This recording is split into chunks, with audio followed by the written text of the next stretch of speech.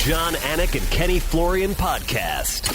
John, Anik, and Kenny Florian. I f***ing love them. I can't get enough of them. Let's hear that Boston next. Big jab there from Duffy, and Frank Mir is hurt now. Down goes Duffy, out cold. Frank Mir does it again. Rock'em sock'em robots here. Oh my goodness. Hyperbole. They're a couple of absolutely self-involved bullshit artists. Here are your hosts, John, Anik, and Kenny Florian.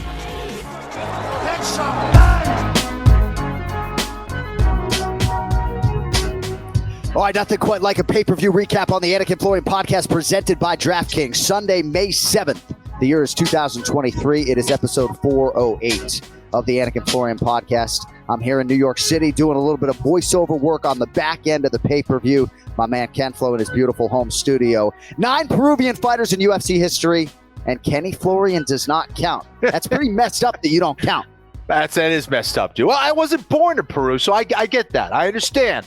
But both my parents are from Peru, so technically, if I wanted to, I could have my Peruvian visa, just whip it out. But yeah. No, so I asked our producer, Zach Candido, in our fighter meeting, when I learned that we were going to be showing this graphic of Peruvian fighters, I said, does my man Ken Flo count? And he said, well, did Kenny ever walk out with the Peruvian flag?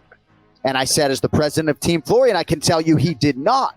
But you texted me after we mentioned you verbally on the broadcast that you did have the Peruvian flag on your shorts at one point? A few times, dude. So, I mean, I don't, does that like a half point? Do I get like a little mention at the bottom, a little asterisk? Zach Candido, let me know. I think that shit counts. The Peruvian-American Kenny Florian, were both your parents born in Peru or no? Yes, sir. As far as I'm concerned, this kid's a Peruvian-American. Plenty more on that coming up. A lot to get to today. We will recap UFC 288. Ray Longo going to join us here in about 20 minutes or so. And Sean Sheehan was one of many people putting Ray Longo over on social media this weekend. What a tremendous coaching career for Ray Longo. And this weekend, I think, really served to put a capstone on that. We will talk to Ray about all of that. And just a tremendous weekend across the board for the UFC. And I want to begin, of course, with the main event, Aljamain Sterling and Henry Cejudo. I have not had a chance to watch this fight back, which I guess is neither here nor there, but the UFC Bantamweight Championship goes to a split decision. Aljamain Sterling emerges with his belt. He becomes the first Bantamweight champion to thrice successfully defend this title. Now, one of the judges gave Aljamain Sterling round 5. I thought round 5 was the easiest round to score for Henry Cejudo. Now, I could be wrong, right? But had this judge scored round 5 for Henry Cejudo, as many of us saw it for Henry, we'd have a different result today. I thought the fight was close. I did think Aljamain Sterling had a 3-1 lead going into that 5th round. Overall thoughts on what was a very technical, counter-wrestling, counter-attacking type main event over the weekend? It was a beautiful fight. So I'd like to put this into context, just coming from where I came from, where, it was often repeated that 135 pounders, 145 pounders, 155 pounders don't really sell fights. They don't sell pay-per-views. You had a sold out arena there because of these guys. And it was a fight that was highly anticipated, not only from the hardcore fans, but from the fans in general. And I think that's a big moment in the sport. And I think it's important to appreciate that and understand that. That was not always the case in mixed martial arts. And to see where this sport has come, I think was a great achievement. We had 2 fantastic fighters going at it, 2 very different styles. And I thought that it was a great performance from Henry Cejudo, a guy that did not fight for over 3 years and still put on a phenomenal performance. Did he win the fight? I didn't think so. I thought Aljamain did an excellent job of winning the rounds and doing so at the right time. And that was the big concern for me coming off this long layoff for Henry Cejudo, was making those right decisions during the fight when you need to. I was unsure of that sharpness and that decision making coming off that 3-year layoff. That absolutely matters. It's one thing to do things in training and to stick to a game plan, and I thought he did that, but to make the right adjustments during the fight, I think, is what hurt Henry Cejudo. It was close, but when I went back and watched it, which was just a couple hours ago, John, I actually scored it 4-1 for Aljo. I had all 3 rounds going into it. 4th round I thought was a much better start for Henry Cejudo. He was moving forward, but I thought that last series and some of the exchanges were in Aljo's favor as well. Round 5, as you mentioned, John, absolutely was for Henry Cejudo. I don't know how you can't see that for Henry Cejudo. The judges' scorecards were all over the place. They really were on this weekend. We had an earlier prelim between Chaos Williams and the Peruvian Rolando Bedoya, and one of the judges scored it 30-27 for Rolando Bedoya, who ended up on the wrong side of a split decision. I thought he deserved to beat the near 4-1 favorite Chaos Williams. So largely the judges were all over the place as far as I was concerned on Saturday night, but I do believe the rightful winner won the main event. Aljamain Sterling is still your UFC bantamweight champion. I want to stick on Henry Cejudo, though, for a second, because I just love watching this man compete. He's just such a great competitor, master strategist. It's amazing to dive into just how meticulous his training camp is. And let's say Henry Cejudo made $500,000 on Saturday night. Maybe he made more. Maybe as a challenger, he got pay-per-view points just given his status, never lost the belt in the octagon. I got to think he spent $250,000, if not more, on this training camp, Kenny. I mean, he brought in so many different people from all walks of life. And I just think mixed martial arts is better with Henry Cejudo in it. Like, yeah, he's cringy. Yeah, he's annoying. But as a fighter, man, I just think he's special. And I really enjoy watching him strategize, watching him compete. There's no question that he's special. I think that the level that he brings to the octagon, I think that the 135-pound division needs him. And he answered a lot of questions in his post-fight press conference, which I went back and watched earlier today. And he's a competitor. He's doing this for no other reason than wanting to be the best. He wants to be the greatest of all time. He wanted to go in here, beat Aljo, beat him handily, like without any doubt, and then go up to 145 pounds and beat Alexander Volkanovski. Like, that's what's going on in his head and how he sees himself. And while he didn't pull that off, I thought that he had an amazing performance. Round 2 could have gone his way as well, in my opinion. When I went back and watched that, I think there's a case there for sure. But, did he win the fight? No. And again, if he wanted to do something like go up and fight Alexander Volkanovski, I think, he needed to not only beat Aljamain, but beat him without any doubt. Go out there and almost dominate him in order to do that, considering he's the 125-pound former champion, 135-pound former champion. So, but still, the kind of athleticism, the kind of intelligence that he brings to the octagon, I think it was great to have him back, and I hope he does stick around, because I still think he has a few more excellent years in him. I couldn't agree with you more. As far as what weight class you would like to see Henry Cejudo in, I think some people, Brett Okamoto and others, had suggested maybe he moves up to 145 pounds. Max Holloway is without an obvious opponent. He has called for the Korean zombie Chan Sung Jung. I think you could do worse than Cejudo versus Holloway as a featherweight main event. But Henry's small, man. I just am not sure that the long-term future, even 3 more fights, are going to be at 45. I would like to see him try to regroup at 35 and make one more concerted effort at the bantamweight title. Your thoughts on all of that? Yeah, in today's modern UFC world, where you have, huge guys in the divisions. Like, again, you saw Volkanovski go up and compete against Islam Makhachev. Now, he did great in that one too, but I think size, length absolutely matters. And I think the same case for Max Holloway, who went up to 155 pounds when he faced Dustin Poirier. Weight, size, mass absolutely matters when you're talking about 2 guys colliding there inside the octagon. And I would not want to see him at 145 pounds. I think 135 pounds is the perfect division for him. I know that's not an easy cut necessarily for him, because he is very muscular, but that's his division. That's where he belongs. And who knows, man, you get a fight or 2 and he could get back in there either against Aljo or whoever is the champ at that point. Because I know Aljo is considering a move to 145 pounds as well. Right. Now, Henry Cejudo can monetize his YouTube channel. He can get back into real estate, which seemingly was what he was going to do, flipping houses when he left the UFC.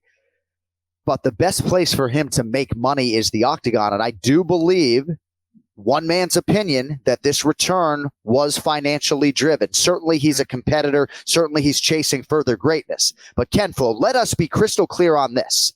other than a Conor McGregor fight, a fight between Henry Cejudo and Sean O'Malley at 135 pounds would be one of the biggest moneymakers for the UFC ever, 155 pounds on down, at least 145 pounds on down.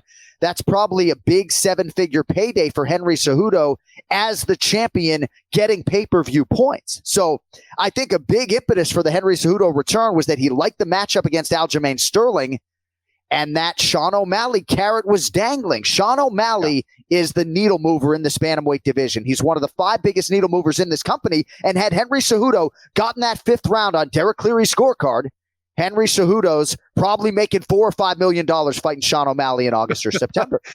Right, exactly. And I'm sure he probably saw that path as well. There's no doubt. I mean, that's a very strong point. He could make a lot of money in this sport. And, I think the path to that is obviously Sean O'Malley. So very interesting there. I mean, how many houses does he have to sell to make $5 million? I'm not exactly sure. Yeah. So you may have heard us say on the broadcast, August 19th, 2008, Henry Cejudo wins the Olympic gold medal.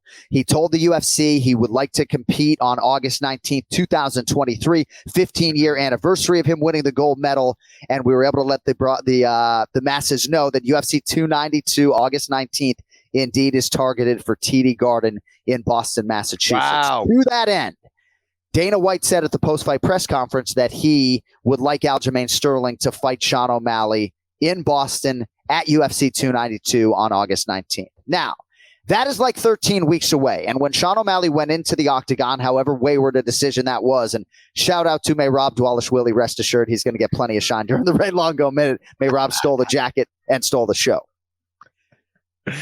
But for Aljamain Sterling, Kenny, who just had probably the worst weight cut of his championship reign, to turn around in 13 weeks, I do think this is strategic. Aljo in the octagon was like September, and you got a champion who's willing to turn around in 4 months. I would take that every day of the week, but it does seem as though there may be a push promotionally, a strong arm to try to get Aljo to fight in Boston August 19th. He has said he does not want to do that, wants to fight in Las Vegas.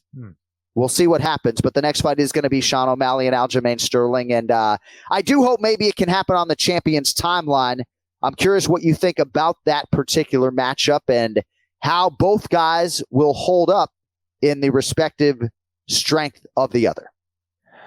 Yeah, I think that still, in my opinion, if I'm looking at it from the outside in, looking at it honestly, I still think that gives Aljo plenty of time. I think it gives him plenty of time to chill, relax, get big again, eat the food that he wants for a little bit, and then get right back into training camp. So I don't know, time-wise, I think that works out, and I think that would be advantageous for him.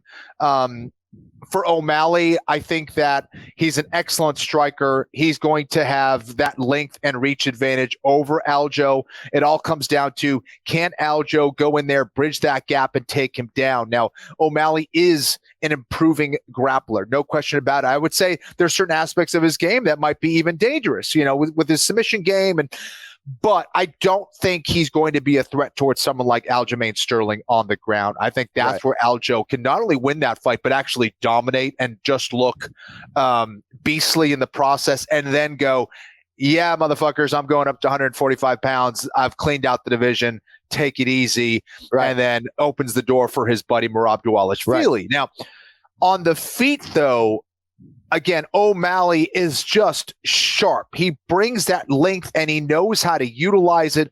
His speed, his power. He knows how to find your chin. He's extremely crafty. And if you're facing someone like Aljo, you're going to be working on your grappling. And I think that's been the big focus for him in his camp, I'm sure, for the last couple of years is, hey, we have this huge striking advantage. Let's just make sure our grappling, our wrestling is good.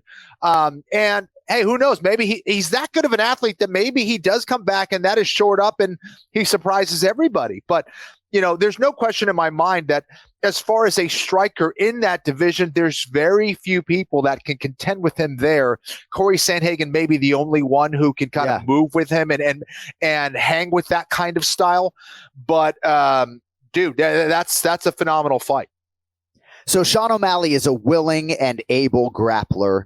He did compete against Gilbert Melendez in Quintet Ultra. He was very game. I'm not trying to compare Gilbert Melendez's ground game to the human backpack Aljamain Sterling. But to your point, what the fuck do we think these guys have been doing for the last 2 years? His jiu-jitsu coach is a former Aljo opponent, if I'm not mistaken, Augusto Tanquino Mendez. You got to think everything they've been doing is to try to shore up those defenses to avoid getting their back taken, right? So I do feel like Sterling is going to have a decided advantage on the ground, but I'm not sure it's quite as pronounced as O'Malley's advantage could be on the feet with the length and the size and just the athleticism overall. Like, go see Sean O'Malley shoot a basketball. This is a plus athlete in every sense. Now, I do believe Aljamain Sterling is going to be the betting favorite, but I think it's a very competitive fight, and we may not have to wait all that long for it. I have a few other things I want to get to on Aljamain Sterling. Now, I got to stop with the superlative conversations. I got to stop with all the greatest of all time stuff because I just get myself in trouble, right? But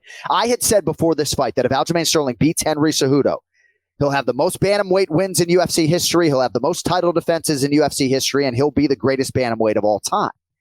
I don't necessarily think I was looking at the greatest bantamweight of all time on Saturday night, right? He gets the win over Henry Cejudo. It was close. Certainly in terms of his accomplishments, I feel like he slightly edges over Dominic Cruz, who competed in a different era, largely in the WEC. But I'm not willing to anoint Aljo right now today, with all due respect. I don't necessarily want to get your thoughts on that as much as I want to get your thoughts on some of the venom for Aljamain Sterling. He was competing in the tri-state area, right? And seemingly had the crowd during the week. But yet all of a sudden, Kenny, the fight begins. And about an hour from home, everybody's fucking chanting Henry. And then when the decision is announced, Aljamain Sterling is getting booed in the tri-state area. And then when Henry Cejudo gets a microphone in his face, everybody starts cheering again. So I have said oftentimes that the most basic human need is to feel appreciated. And as great a night as this was for Aljamain Sterling, and as thick as his fucking skin is, Ken Flo's not getting booed at TD Garden in Boston. And I think that had to sting a little bit to not be the fan favorite at home.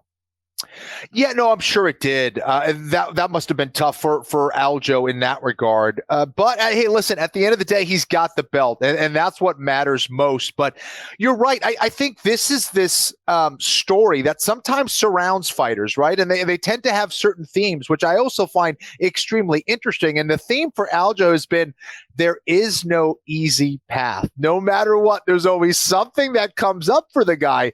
Crazy. But I think this is also what makes him so damn tough and resilient. He has had this path towards the belt, towards being a champion in the UFC that hasn't been this direct line. And I think that for a lot of people that end up being very successful, we'll look back on this and we'll say, oh man, he had this championship run that was just perfect and beautiful and so smooth. But the reality is, rarely is a path to the top this straight line. It is often this roller coaster ride, and man, has it been a roller coaster ride for Aljo. No matter who he beats or whatever it is, there's always people that are going to dispute it. But yeah, I mean, that's why you have this controversy and perhaps this dispute over whether he is the greatest bantamweight of all time. For me, after beating someone like Henry, the quality of a Henry Cejudo, who has also, beaten guys like Dominic Cruz, and I think he does achieve that, no question about it. And I haven't always been on the Aljo bandwagon, but after seeing what he's accomplished here, despite all the other things, an injured TJ Dillashaw, the first fight against Petr Yan, yada. I think he keeps putting those things to rest, and his story is not completely written just yet. I would not want to see him at 145 pounds, of being honest. I think he should stay at 135, make his money there. I think that would be a little bit too risky towards his legacy. However, man, he is writing quite the story right now. This New Jersey crowd really seemed to enjoy booing all night long, whether it was the grappling or their hometown champion. Jersey, man. Yeah, but for Aljamain Sterling, I hate to say he's an acquired taste, right? Because he's a really genuine guy, and I think the more you get to know him, the more you really do like him. But Ray Longo would be the first to tell you he is a little bit of a quirky guy.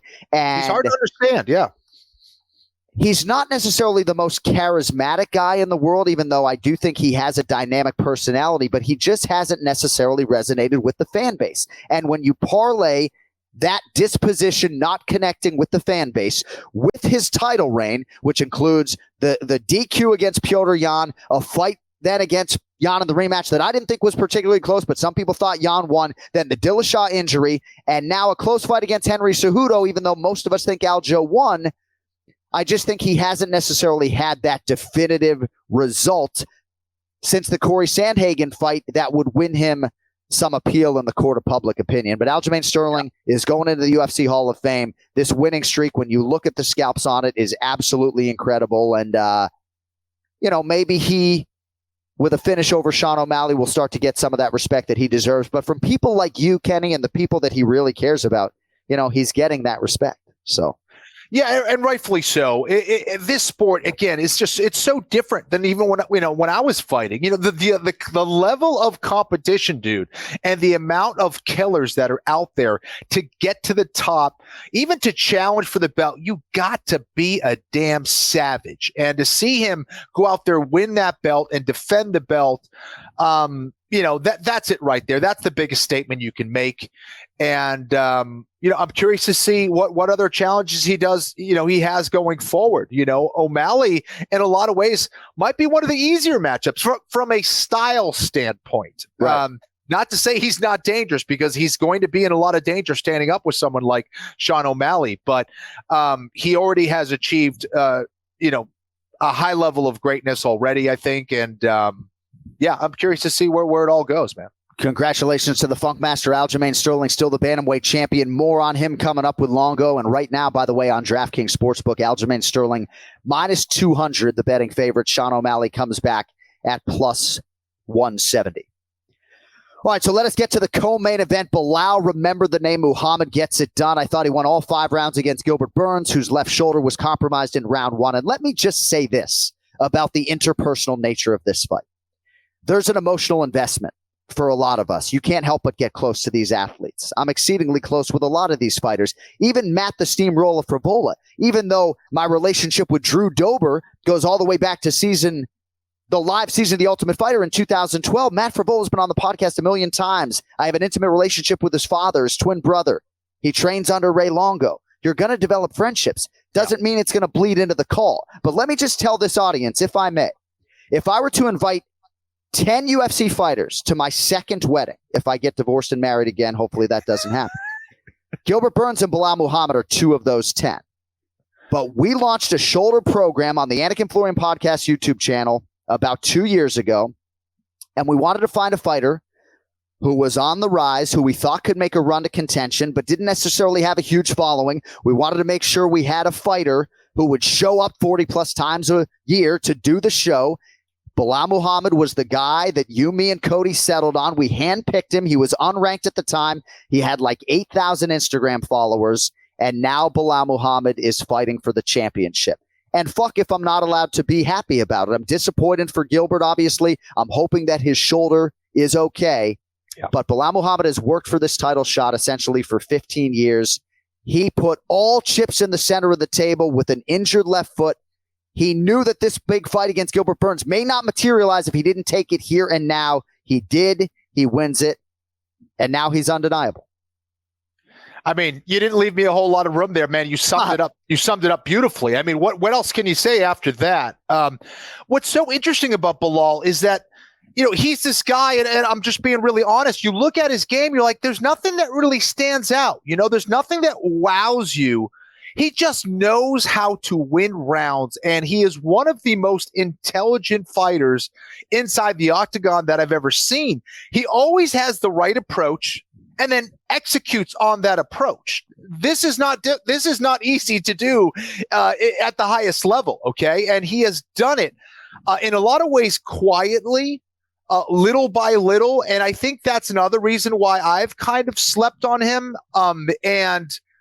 Man, I mean, how many times do I need to say he has wowed me and surprised me? He has done this throughout his career, and I know I'm not the only one, but talk about all the things outside of it, John, like we talked about. This was already a close fight for me. I wasn't sure which way I was going to go, but all those things coming off of Ramadan, 3 weeks to prepare for a 5-round fight, and then you add on that other layer of an injured ankle. Like, come on, who's going to do that? And who's going to do that against a Gilbert Burns? Well, Bilal Muhammad is. He's that guy. And that is just amazing to me that throughout all those hurdles and all those hiccups and all the adversity that he has dealt with, all the ups and downs, because he has had them throughout those wins, to see what he has accomplished in the UFC and the manner in which he has done it is remarkable. And he's one of those guys, man, that I think you have to respect no matter whether he goes on to be a world champion in this sport. He's going to be one of those guys that I think if you're smart, if you are a hardcore, and if you are paying attention to this sport, he is one of those guys that will go down as one of the best welterweights that I've seen compete. Just phenomenal stuff. Ray Longo often says of Georgian Merab Dvalishvili, his student, that he's already won. And I think by winning this fight for Bilal, not unlike Merab, he's already won whether he wins the title or not, right? I don't think anybody wanted to give him anything. He was going to have to earn everything. And looked like they wanted to do Bilal Muhammad against Shavkat Rakhmonov. And maybe if he won that fight, he would have gotten the Gilbert Burns fight. So he had no choice but to take this fight. But it does make sense now. Why would Bilal want this fight at 185 pounds? Excuse me. That didn't make sense to any of us, right? Yeah. Because he's so mentally forged. You know he can cut the weight. He made the weight with an injury. But then it started to make sense. Oh, maybe he wanted to fight at 85 because he had a bad wheel. Now, it doesn't seem as though the Gilbert Burns injury was pre-existing. Perhaps a byproduct of just biting off more than he can chew. He fought in January, then fought in April a few weeks ago. Third fight on pay-per-view in a span of 106 days. And Bilal Muhammad's a tough guy to fight over 5 rounds to begin with, never mind not having a training camp. Yeah, no, I was just going to say, imagine what he would have done if he had a full training camp and he was injury-free. Again, I certainly would have gone his way if he did have the full training camp. But I think the real difference here, and probably the real difference against probably everyone in that division, is the intelligence of Bilal. He knows how to approach it. I also think that his team and coaches should get a lot of credit here because, man, they've turned him into an absolute strategist of the highest quality. And again, it's also on the athlete and the fighter to go out and execute. And he just knows how to do that. He knows how to do that when the pressure is on, even when the circumstances are suboptimal. And, man, he had a lot of knocks against him, a lot of things going against him in this fight. And, man, did he pull it off. Gilbert just wasn't able to adjust. And, of course, he did have that bum shoulder, which obviously affected his performance. But, he was throwing some right hands that did catch Bilal. Bilal has a tremendous chin. But he just wasn't able to deal with those stance switches, man. Every time you switch a stance, it's one thing because your brain has to calibrate. You can't just go forward and go, I'm going to throw this shot. Every single time someone switches their stance, you have to also switch your capability of what you're going to throw, how you're going to throw it, right? Because you may get caught with a shot that's on the opposite side. And not only was Bilal switching stances like every single exchange, he'd switch stances, then he'd attack, or he'd switch stances and he'd feint. He was always doing something, and Gilbert's mind just could not handle it. He was not able to keep up with that speed of thought and that speed of stance switches.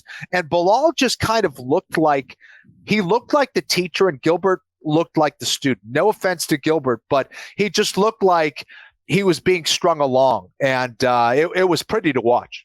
And part of the reason Gilbert Burns maybe flipped the strategy and went for the takedown that resulted in the injury was because Bilal Muhammad was getting a whole lot done on the feet. And quickly, I do want to say genetically, Bilal Muhammad has a lot of physical gifts that really help him in mixed martial arts. That huge head that can take a shot, and also that bull-legged nature down low. I've never seen a fighter absorb that many calf kicks in a fight and have that much redness on both their legs inside and out and be totally unfazed, not even so much as a limp. Dude, a few things. First of all, he looked big. He looked massive in there. I mean, Gilbert looked like a lightweight, and he looked like a legit welterweight. I think the calf kicks that he was taking is important to notice. It looked like it was not a big deal. And then after the 5 rounds, dude, was he even breathing? It looked Crazy. like it looked like he just did a workout. Like, it wasn't like, oh my God, hands on the quads. Like, I'm so thankful I got through that fight. It looked like it was like he prepared for that. He looked fine, which is just insane given the circumstances. So really great, fucking bad night for the Bilal Muhammad haters, right? And the notion that there's no risk in fighting Gilbert Burns because he's rendered a one-arm fighter after round one is just absurd. There's still risk mitigation that has to happen. You know, I hear this avalanche of criticism. Oh, Bilal Muhammad wasn't able to put him away. Like, you got to put that guy away. Easier said than done. You got to prioritize the win.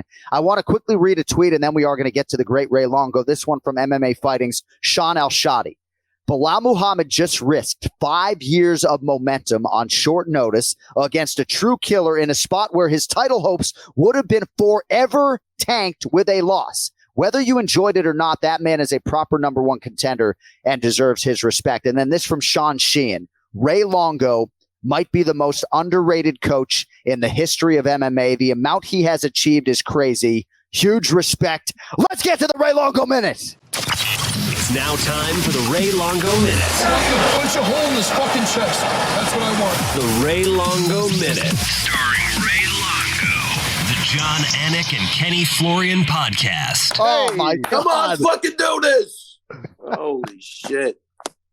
Come on. So, I think we need your jacket size for the UFC Hall of Fame, right? Yeah, really. I was coming home. I got lost. I was looking for directions to the Hall of Fame. What the hell was going on? Are you kidding?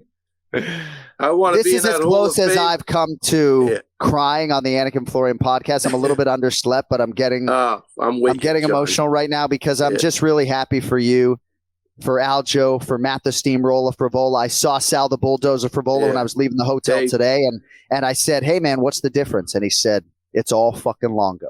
That's what he said. Yeah. Let me tell you something. First, I don't know if this will make you cry. Everybody loves you. I love you. I love your brother. His energy is off the charts. Thank God I got to run into him. You guys are twins for a reason. You're cut from a great cloth, and I don't know. I'm in that mood today, man. I don't know, man. I just love people. I just love the whole process and seeing people. I saw some doctors from Jersey I haven't seen. Shout out to Robin Gurman and Oxler, Dr. Oxler. The friendships you build up and the acquaintances you build up are just phenomenal. I don't know. It was just good. I haven't been to Jersey in a while in that environment, and it was great seeing a couple of people. But the Bulldozer loves you, boy. Oh, man. Sal the Bulldozer Frivola. Just an incredible win for Matt. But let's start with Aljo if we could. And Kenny rewatched the fight this morning and felt like there was an argument to be made that Sterling won 4 rounds of a possible 5. We felt like he certainly did enough to win this fight. And that seems to be the majority opinion. Sometimes I'll admit to being surprised, Ray, when I get off the air. And, you know, I got a text from former Cy Young winner, Padres pitcher Blake Snell. And he's like, "You really thought Aljo won?" And then I'm sort of surprised to hear from a lot of people who felt like Cejudo won that fight. So what were your thoughts on the fight, Aljo's performance, and everything that went with it? Oh, look, first off, I hope I'm not slipping. I was very confident he won that fight. Like, we weren't there wasn't a concern in the corner that he lost that fight. So when I heard split decision, I'm like, first off, is super close fight. Look, I'll get back to Henry in a minute, but I guess it was close. I guess it was a close fight, but you had to give those rounds to Aljo. What the fuck did Cejudo beat up Aljo? Like, what did he do to win? Or they think he did to win? Like, steal around with a takedown with 20 seconds to go and do nothing? I haven't watched the fight back, but I can tell you, going through the fight, 3-2 at the very worst case scenario. I had it 4-1, to be honest with you. I thought he controlled that whole fight. Aljo, if anything, maybe Aljo, the way his style is optically, maybe screwed something up. That's what it is. Yeah, I really think that's what it is, Kenny. Because at one point I said, Aljo, fuck the takedowns, man. You're beating the shit out of this guy standing up. That looked bad when he was on all fours. That's all I could think about. Not that there was any damage, but optically, that didn't look good. But he was never in danger. I think he was probably taking a breather down there. But I said, look, you did enough takedowns. You want to start faking them to open up to stand up? That's perfect. But you're winning. I thought Henry, the layoff looked like it killed him. I thought he looked slow. He couldn't break that distance. He was getting desperate with big shots, missing big. And again, it's not even a knock to him. I thought he was going to be way quicker, way quicker. Yeah, Ray, I think the awkwardness of Aljo, of how he gets out, because he'll throw himself out of position, but then he'll like dip out and it'll look dramatic, but he's not getting hit with any of those shots. That's the thing. When I'm actually looking at it, he's not getting hit with any of those shots. But what you said in the corner, Ray, and I'm not here to just, because you're here on the show every week, but everything that I was thinking during the fight, I think you said during the corner. Like it was perfect. Get up, stay off of all fours. If you're going to get a shot, like you and Matt were just on point throughout that fight. You could see that you guys clearly did your homework and made the right adjustments. But I thought after 3 rounds, I thought round 2 was close, but I thought you guys were up 3 rounds. And heading into the 4th and 5th, I go, Henry needs a finish to win this fight. And it sounded like his corner knew that as well. Yes. Without a doubt. Yeah. Without a doubt. I agree 100%. And, look, at one of the, I saw, after the first round, I told Aljo, this guy wants to control he wants a slow pace, Aljo. You can't let him do that. I'll tell you, I'm going to say a day before the fight, 2 days before the fight, I saw something with Henry. I think I understand, because I look at mental stuff. I don't really physically, it is what it is. The mental stuff is hard to put your hand on. But I got to tell you, I saw that interaction with Henry and Khabib, where he's showing him the kick, and Khabib's like looking at him like, so what? And then Henry, he doesn't even address it. He goes on to something else. And Khabib's treating that guy like he was Joshua Fabia. And I go, Aljo, this guy's used to getting whatever the fuck he wants. He's surrounded by yes men. This ain't happening. It ain't happening. You're not letting this guy dictate one fucking thing in this fight. And I really think that's what you saw. I don't know, but I saw that video and I go, I think now I got him. I zoned in on something and I go, I'm not letting it go, because I thought Khabib was dead on. This guy, and I'm going to tell you something. I saw Henry. I like Henry. I like his cringy stuff. I think he's funny. I really do. I think he's great for the sport. I like the way he retired early. I think that takes balls. I love that. So, as I'm telling Henry, look, I really do like you. You're a big fan. Yeah. Even your cringy stuff. He says to me, he goes, even the Brokeback Longo stuff. Right. What? Did you hear that, Kenny, by the way? No. Kenny, do you know that reference? Real quick. Go ahead. Yeah. But listen, somebody tweets at me this thing, and I go, nah, I never heard that. I thought it was a joke. And then he's telling me that, and I'm like, what the fuck does that even mean? Like, I can't let shit like that bother me, man. I don't know. This is so. At the press conference on Thursday, Henry tried to bring Merab Dvalishvili into the conversation, and Dana White has been reluctant to allow fighters who aren't competing or. Right. Remember when Kevin Holland and Jorge Masvidal tried to get into it at the UFC 287 press conference, and Dana shut that down with immediacy, and he did the same here. But Henry's trying to talk to Merab, and he says, get your buddy from Brokeback Longo. I thought it was very funny. You can't think I would be mad about that. This stuff is a. But anyway, Kenny, thank you very much for the compliment. And I agree with, obviously, I thought I was dead on with some of that stuff. But a couple of things, like Henry said he was going to get him out in 3, not even close. And they said if he stands up, Aljo stands up with him, he's getting knocked out, not even close. So I think what I was looking at is a guy not getting what he wanted. Yeah. And I'm going to tell you something. If he's not an Olympic gold medalist, he would have broke. I think Henry is a fucking competitor. He hung in there, looked like he was sucking for air a little bit. He wasn't going to go anywhere. He's a tough motherfucker. But when he didn't get what he wanted, things started to go. And I think even in the post-fight interview, he wasn't like, I won that fight. He said, well, my corners told me I won. It never happened. Sterling got all the credit from Cejudo after the fact, which I really appreciated. The other thing I just wanted... Yeah, vice versa, John. Yeah, yes. But Cejudo's not a submission threat at all. He has 0 submission wins as an MMA pro. So it's control, but he's no threat. Even when he got on Aljo's back, he's no threat. Minimal control too. And I have to go back and look at it because I'm in the heat of the battle with those guys. But Yeah, I could tell you as a coach, unless I'm really slipping, like I didn't think that was a split decision. I really was getting angry in there when I heard it because I was like, oh, they're not going to fuck this. Well, kid, I'm going to make you even angrier now. So Matt Serra said to Aljo after the first 3 rounds, we just need one more. And I agreed that you guys were up 2-1. Yeah. And then on the strength of those final 90 seconds or so in round 4, I thought Aljo was up 3-1 going into the 5th. But I believe the clearest round of the fight was round 5 for Cejudo. Is that fair or no? Like again, John, I'm going to say off the top it's fair, but I'd have to go back and look at it. I never felt like Henry got any momentum, like Aljo was in trouble, like the tide was shifting. I think it's Aljo maybe not doing as much as he did, making it like, again, I think Aljo made it look maybe worse than it was. I agree. Some individuals. Yeah, I think I'm telling you, I think the optics, and I think Kenny, hit on it too. He's not your conventional stand-up fighter. He's just not. So if you're not used to looking at that, you can't see that he's not getting hit.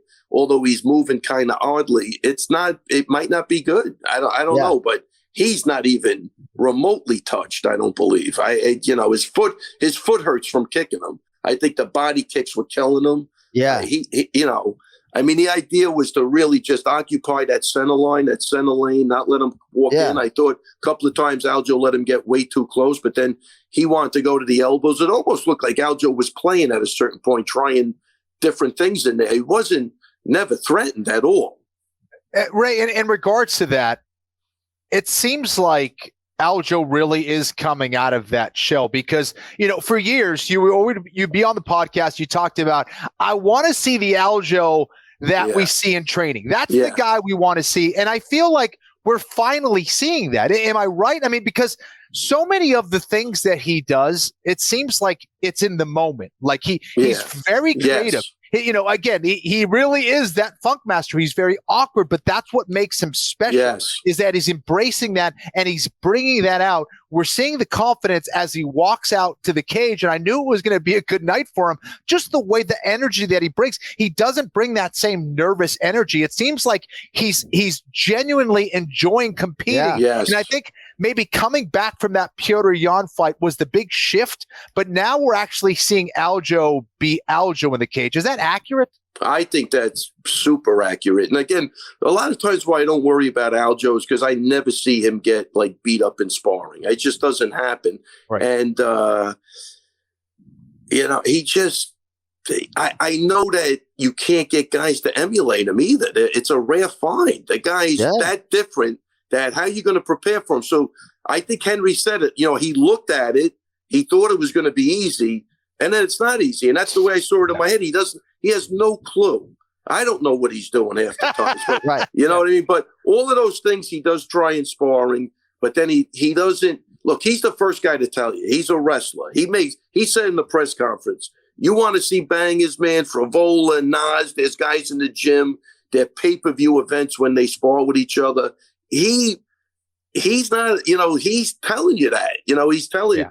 And that's my biggest thing is if he wanted to be, he could be a fucking phenomenal striker. That's kind of and I don't want to push it with too far ahead. So I think, like you said, you were starting to see him bully. Look at he was popping him with the jab. He wasn't getting counted back. I'll go out, Joe. You jab, but what is he looking for? What is it? Just tell me. Just so he's got a very high fight IQ.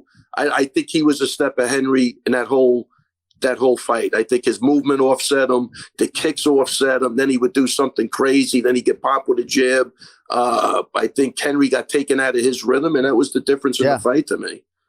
Well, if Cejudo did not respect Aljo in totality going in, he certainly does going out. He has huge respect for Aljamain's wrestling, and he said that more than once after the fight. Am I allowed to ask you if you make more money with a Sterling win as opposed to a loss, or am I not allowed to ask that question?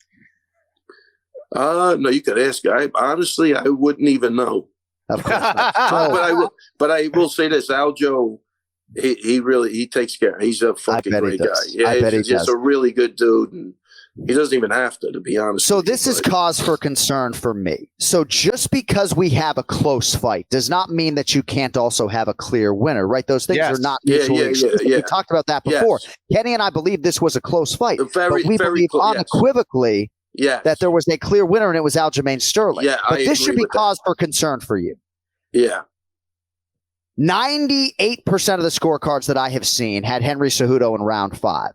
Derek Cleary gave round 5 to your guy, Aljamain Sterling. And this is why some of those visuals, as you guys spin it forward, should be something that you focus on. Because if Derek Cleary had scored the 5th round for Henry Cejudo, like 99% of the masses, we'd be talking about Aljamain Sterling on the wrong side of a split decision here today. Holy crap. Yeah, scary. It is. It's but scary. That's neither here nor there. He wasn't seeing things clearly. I do want to ask you. I have to go back and look at the fight, though, really. Yeah. I was caught up in the moment. I could just tell you what I was feeling, that he clearly won the fight. I thought the rounds were close. I just couldn't even tell you what Henry did in any round that really made him the winner. I really can't. He never connected really with good shots. If they were far and few in between. Look, the significant strikes were, I think, 50 ahead for Aljo. 40 or 50 ahead. Like, I don't know. What else do you want? Takedowns with the Aljo. Well, Cody's saying the theory on Twitter is that Cleary scored the 5th round for Aljamain Sterling to ensure that the proper winner won the fight based on his previous 4 rounds. That's not at all what you're supposed to be doing. But I have said repeatedly, I like sort of scoring a fight on totality. And either way, I think the rightful winner won. Yeah. Let us get to the night's biggest winner, Rob Dwalish-Willie, though, right? I tell you, John, I didn't even know what he did until after we were out of the cage. I swear to God, anybody else does that, it's not even funny. That guy does it, it's fucking hysterical. He's a trip, man. He is he's amazing. He's a smooth criminal. Yeah. Oh, yeah. How funny was that? Then he was like a little kid. He was running away with the coat. Yeah. And I will say, too, and may Rob Willie, friend of the show, maybe my favorite fighter on the roster now after he grabbed that jacket. But, security's trying to get him off the top of the octagon. And as affable a guy as he is, he's not fucking getting down for security, right? Dana White came over, he got down, gave the jacket back. But May Rob he's got a little mean dude in there that he's not afraid to unleash. Like, he's a competitive motherfucker. And the bond between those two, man, is just unbelievable. Crazy. So I do want to ask you about something that maybe is a little bit of a touchy subject, but Aljamain Sterling seemed to have the crowd all week. I thought he masterfully handled everything. Yes. But then all of a sudden the fight starts and they're chanting for Henry. The decision gets announced. The crowd in the tri-state area boos the decision. And then when Cejudo gets a mic, they all start cheering. To what extent were you surprised that seemingly Cejudo had the crowd not far from Aljo's Long Island home? I'm very surprised. Yeah. But then again, Matt told me when he was the champ, he showed up in Jersey and they booed him. Yeah. So maybe Jersey's a little weird. I don't know. But I thought that was, I don't know. That's unacceptable. Unacceptable. I would quickly like to get a few thoughts from you on Bilal Muhammad versus Gilbert Burns before we get to Matt the Steamroller Frivola and your Hall of Fame candidacy. Any thoughts on the co-main event? Were you able to even watch it backstage? Yeah, definitely watched it. And Bilal did a great job, controlled that whole fight. I thought he did a great job. I saw him, and I said, look, man, just for transparency, I bet against you. He's like, come on, man. I go, well, it might have been to annoy Anik. I'm not really sure. I wasn't really thinking about the fight. But I don't even, that's why I don't like doing that, because I do like everybody and I respect every fight that gets in there. But he just did it. I told, like I told it, great job. I mean, controlled every aspect. Gilbert looked like he was lost in there. I mean, I don't know what to say. I mean, I think Kenny, I was listening. I think this, the stance switches, that's what they're supposed to do. Yeah. But that's why sometimes I say, just to fuck with a guy, he switches, you switch with him. Then he's in the same position you're in. It evens it out. Exactly. But if you stand there like a deer in headlights, then you're following. So a lot of times he switch, I switch, you switch, I switch. Let's go. Let's play that game a little bit, because I could tell you from training a lot of people, there's always something that's off when they switch, and mostly defensively. They have their things they like to do offensively, but defensively is where the problem comes in. And he did a great job with that. He really did. If it was to confuse Gilbert, he accomplished it, man, because Gilbert looked like he was just not present. Yeah, so, you always got to look to the other guy. You could say Gilbert had an off night, but he's had an off night because of the way, Bilal fought. Yeah, without a doubt. That's the way it goes. So I'm happy for him. He earned it. Whoever that Sean Ashanti, whatever, I can't pronounce his name. Sean Al-Shadi. Sean Al-Shadi. He hit it dead on the head with that, man. That guy put it on the line. That's what you got to do. When you're a guy like Gilbert, they're not really pulling for you. That's the way you fucking do it. That's what you do. You go in there against all odds and you succeed. Makes you stronger. He earned the right now for that shot. Let's fucking do it. Yeah, he had no choice but to take the fight. And just an incredible result for Bilal Muhammad. And it's interesting to hear some of the noise from fans / maybe haters who say, that was a shell of Gilbert Burns and Bilal Muhammad couldn't have even put him away, right? Bilal deserves some credit for causing the injury. And Kenny, correct me if I'm wrong, but the NBA playoffs are going on right now. Jimmy Butler and Joel Embiid are hurt, right? Isn't professional sports in some part about survival of the fittest, right? I mean, injuries are a part of pro sports. One fighter went in injured, fought through it. The other fighter got injured during the fight and wasn't able to optimally fight through it. As such, Bilal Muhammad's the winner. Like, am I on to anything there? No, 100%. They're both injured, first of all, so they're on even terms in that regard. Again, you could talk about, how extreme each injury was. We don't know that, but still, look at all the other things. 3 weeks notice. It was Gilbert Burns that was coming off the fight camps, who was ready. He coming off of Ramadan. For Bilal. Again, people, of course, they're going to hate no matter what. So, Bilal deserves a tremendous amount of credit, and Burns is going to be dangerous no matter what, man. And in terms of some of the venom out there, I try to be very respectful, and everybody deserves an opinion. But hey, the Anik and Florian podcast built a show around Bilal Muhammad, and you know what? He's fighting for the goddamn welterweight title. So 100%. Fucking deal with it, right? That's it. 100%. Fucking deal with it. But I want to ask you. Go ahead. No. Go. No, I'm just saying. And you know what, too? We have a video that I want to roll in here of Bilal Muhammad after he won the title, celebrating with someone outside the octagon that is pretty near and dear to my heart. So we're going to get you that video as we These guys, man.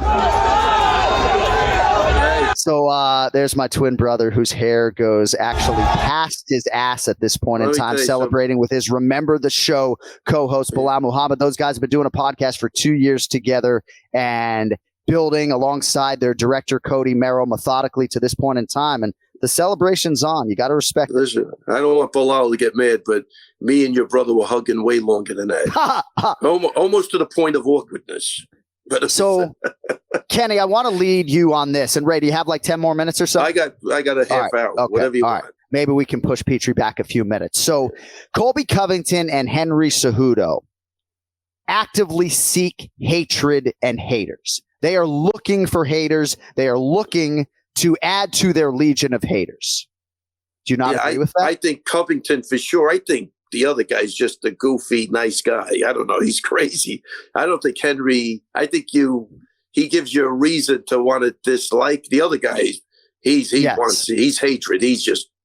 He's pushing the limits with everything. I don't think Henry's just cringy, goofy, whatever, like kicking out pillows. I mean, you hate a guy for that? I don't know. I guess hate's the wrong word, but he wants people to have an opinion, and there are a lot of people who just really don't enjoy what comes out of Henry Cejudo's mouth. But then you have guys like Bilal Muhammad and Aljamain Sterling that receive a lot of venom, and largely I think they've gone about things the right way. I just think for your guy Sterling, the nature of his first win over Petr Yan and then the nature of that Dillashaw fight, there have just been some crazy, crazy circumstances that just hurt him in the court of public opinion. But that did sadden me a little bit to hear some of those boos Saturday night, if I'm being honest. Listen, it could hurt him in the court of public opinion, but I tell you, I know Aljo. All he gives a shit about is his small circle, and he's got a very tight circle. He said at the press conference he was able to buy his mom a car, a house. He loves his friends. He was happy that the original team, Matt, was back in the corner. I mean, these are the guys he started with. He wants everybody to share in his success. He couldn't give a fuck what those people think. As weird as that, maybe it sounds weird, he doesn't give a shit. He knows who his friends are. They got his back. He knows who his family is. He's got everything going for him. In public opinion, I don't think even enters into the realm of that guy's brain. Yeah, no. And a lot of people are going to be hating our celebratory show today, and that is absolutely fine with me. So, Matt the Steamroller Frivola. And by the way, I just have to say about your team, man, you guys are a total inspiration, right? Yeah. I mean, City Kickboxing is as tight-knit a team as there is in the game, and you guys are right there, if not even tighter, right? Just seeing you and Al and Sarah and Frivola and Weidman coming in to support. Unbelievable. It's just an incredible, incredible bond. And Aljo on Instagram said, get used to the squad because we ain't going anywhere. That's the truth, man. Just a special weekend. And obviously, Matt the Steamroller Frivola got it started for you. Yeah, and let me just say a couple of things, man. It was great. Look, COVID, really, everybody left. They split. Aljo, Marab, they're in Vegas. They split their time up. Weidman's in Carolina. To get everybody together, and we had our dinner. I didn't think I was going to get the opportunity again. It's not about me, but I mean, I always wanted a picture with Matt, Weidman, and Aljo with their belts. But I go, it's not going to happen. We don't even live together anymore. Like, so we were out to dinner and we took the picture. I go, man, this is what I want. I want a picture. Great camaraderie. It was great having Weidman there.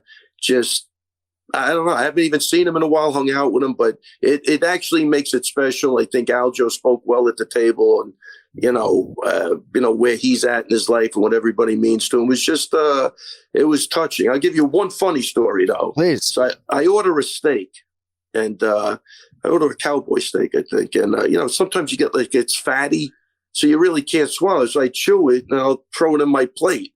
So I must have had 8 of those pieces. And Weidman sitting next to me goes, hey, can I have a piece of your steak? I go, yeah, sure, take a piece. He's eating the pieces that I was chewing on. No! So now, I've never seen Marab laugh so hard in his fucking life. He couldn't stop laughing. And he's like, Ray, no, I would have told him, Ray. Go, told him? That's the whole fucking joke. What do you mean you're going to tell him? I'm telling you the funniest thing I ever saw. But anyway. That is revolting. So listen, I tell the story of Weidman. I tell you, when I didn't want him to spar because he didn't have a mouthpiece, there's a mouthpiece laying on the floor. There wasn't even a mat. It was on the concrete floor between the mat and the octagon with fuzz and... No. Don't tell me. He stuck that motherfucker right in his mouth. Oh, my God. He wasn't in the gym 2 months. I swear to God, Kenny, I got myself a fucking winner, man. This is savage. Dude, he wanted to spar so bad. I go, look, I didn't want to spar anyway. And I go, look, besides you don't have a mouthpiece. He bent over. He picked that dirty, fucking filthy... I go, this guy is out of his mind. Dude. Did he even put water on it? I mean, I'm hoping it's irrelevant either way. Yeah, I think it's irrelevant. In my head, he just stuffed it in his mouth. And I'll never forget this guy, Sergio. He wrestled with Jay Haran. Of all time. He wrestled with, and after he was done, he threw it on the floor. So this guy, Sergio, comes in, he wrestled in the States with Jay Haran, very close with Jay. He goes, I lost my yeah. I go, you don't want that. I go, it's on the floor over there, but Sergio, you're a nice guy. You really don't want that mouthpiece. Throw right in the fucking garbage. So I got to ask, was Chris Weidman made aware at any point that he was chewing the previously chewed steak fat that was in your mouth? After he got down 2, I told him. I go, what are you doing? Those are the pieces I chewed on already. And what was his reaction? No, I say he was acting like he was grossed out. My gut feels he didn't give a shit. He didn't care. My gut feel, that guy don't care. He don't. Right. I can tell you, I got stories upon. He don't give a shit. Right. He's like, my head coach Ray Longo's got the cleanest mouth and teeth in the business. We're good. We're good.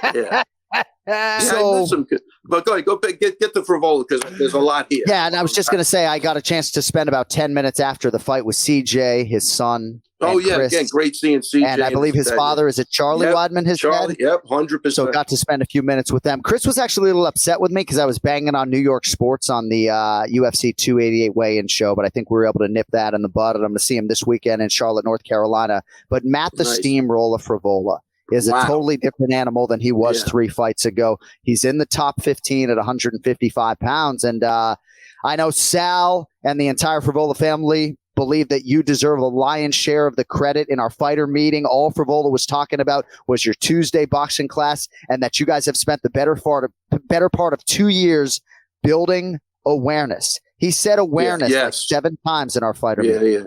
Yeah. He said it 7 because I said it about 7,000. Right. Yeah, that's why. Listen, I'm going to say this, kind of joking, but you never hear me take credit for any fighter. With him, I want all the fucking credit.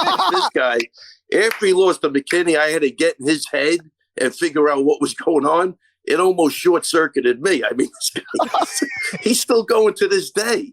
I'm just, it's like a war of attrition. I'm just going to beat the shit into his head, and he's going to like kind of resist a little bit, but then do it.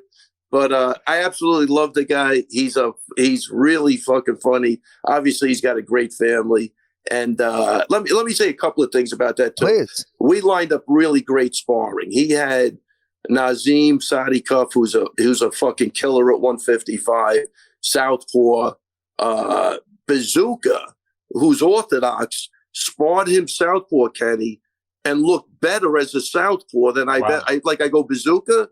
Now here's a guy that could definitely switch leads and do it. He was outstanding as a southpaw. I can't say enough. I was watching the boxing and the sport. I go, because a lot of guys go, they want to help you and they want to start off southpaw, then they start getting hit and they switch back. They don't want to take. Right. Bazooka he was on the money. He was giving, Frivola fits, and, Frivola finally made the adjustments, but he saw so many left hands coming at him. I think we had that, down really, really well. And one other guy too is like, I can't really hold the way I used to. So I want to give a shout out to Eric Hyatt.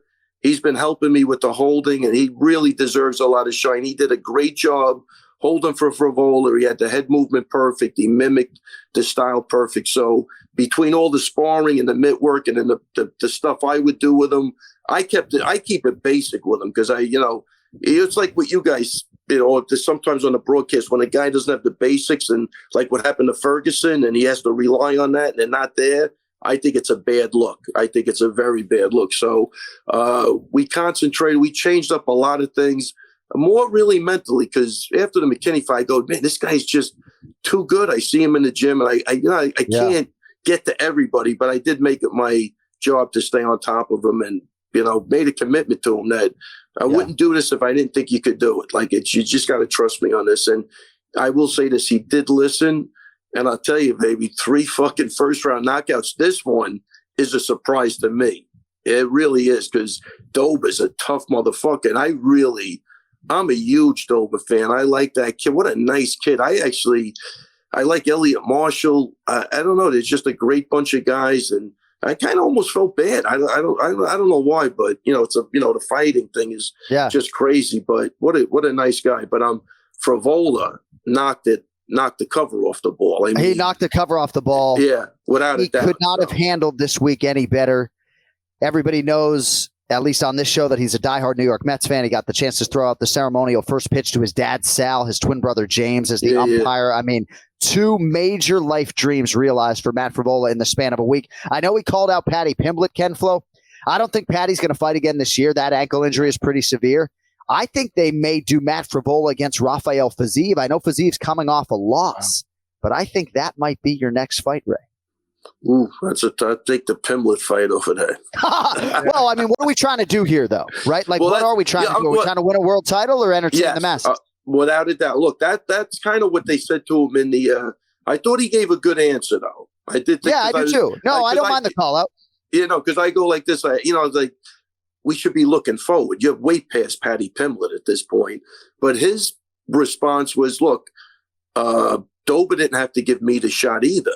You know what I mean? He was ranked way ahead of me, and he did give me the shot. So what's the difference? I'm that guy. I'll give a guy behind me the shot. Doesn't matter. So I thought he recovered from that. But originally I was like, dude, we're going forward. We're not going backwards at this point. I think the Patty Pimblett fight is a no-brainer, is a gimme at this point. But he's so stuck on Patty Pimblett from a year ago too. He's like, can't get it out of his head. It's funny. But now that you got the number next to your name, the possibilities are endless, right? Yes. I mean, maybe you want to avoid a guy like Mateusz Gamrot, for example, but Beneil Dariush and Charles Oliveira are going to fight in 5 weeks, and one of those guys is going to lose. I mean, it's not out of the realm of possibility that you guys are going to get a major fight, if not a main event next. So better get ready, Raymond. John, let me tell you something. Have you seen the top 10 in that division? Oh, it's crazy. Dude, it is Kenny. Killers. There ain't a weak link in there.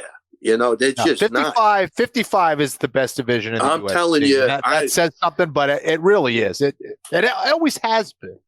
Well, right. People try to get cute with it. You're absolutely right. It's like the bantamweight division is on fire. And for me, it's probably number 2 to lightweight. But the conversation for me will always begin at 155 pounds for sure. Yeah. Good luck just getting into the top 25. I mean, it's crazy. I'm not even joking, man. I looked at the top 10. I go, holy shit, they ain't. Well, do you remember when we had Sal Frivola on the show and we asked Matt, like, where do you think you are? And he was like, he's number 27. You know how hard it is to get from 27 to 14 as he takes Dober's ranking? So congratulations to Matt Frivola. Yeah. One of the nicest guys in the game. Yeah, and hats off to Dober for really taking that fight, too. He 100% didn't have to take it.